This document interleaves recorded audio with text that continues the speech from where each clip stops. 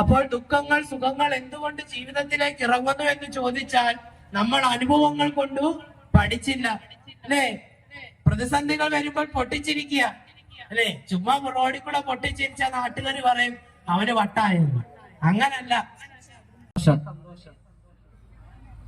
അമ്മയുടെ വാത്സല്യ തണലിൽ നിന്നുകൊണ്ട് അമ്മ വളർത്തിയത് കൊണ്ടാകാം ഈ ഒരു നിമിഷം വരെ അമ്മയുടെ ആ ചിറകുകൾ കീഴിൽ സുരക്ഷിതമായി നിങ്ങളുടെ മുന്നിൽ ഇരിക്കുവാനും 10 വാക്ക് നിങ്ങളോട് പറയുവാൻ സാധിച്ചതുമെല്ലാം പൊന്നുതമ്പുരാട്ടിയുടെ കാരുണ്യം.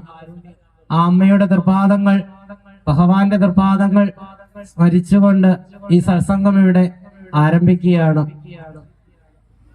വിഷയമായി വരുന്നത് എന്ത് എന്ന് ചോദിച്ചാൽ, നമ്മൾ ക്ഷേത്രങ്ങളിൽ വരാറുണ്ടല്ലേ.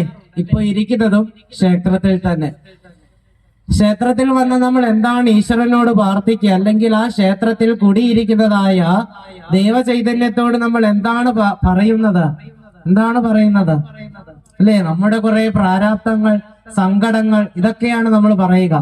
എന്നാൽ ഒരു ക്ഷേത്രത്തിൽ കുടിയിരിക്കുന്നതായ ആ ദൈവചൈതന്യത്തോട്, ആ ഈശ്വരനോട് എന്താണ് ആത്യന്തികമായി ചോദിച്ചു വാങ്ങേണ്ടത്, ഇരുന്നു വാങ്ങേണ്ടത് എന്ന് ചോദിക്കാൻ ഉത്തരം തരുന്നത് ഭാഗവതത്തിലെ ദശമസ്കന്ധത്തിലെ വത്സസ്തയം എന്ന കഥാഭാഗമാണ്.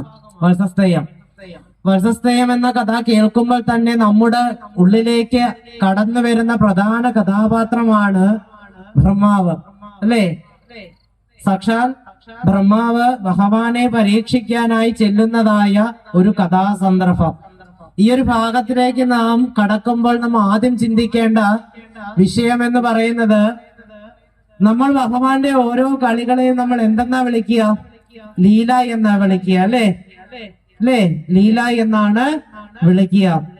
ഭഗവാൻ ആടുന്നതായ കളികളെ, കുസൃതികളെ നമ്മൾ എന്തെന്ന് വിളിച്ചു? ലീല എന്ന് വിളിച്ചു. എന്തിനാ ലീല എന്ന് വിളിച്ചത്? കാരണം അതില് ഒരു കളങ്കവുമില്ല. നിസ്വാർത്ഥമായി മാനവ സമൂഹത്തിന്റെ ധർമ്മരക്ഷയ്ക്ക് വേണ്ടി ഭഗവാൻ ചെയ്യുന്നത്, സകല ജീവജാലങ്ങളുടെ നന്മ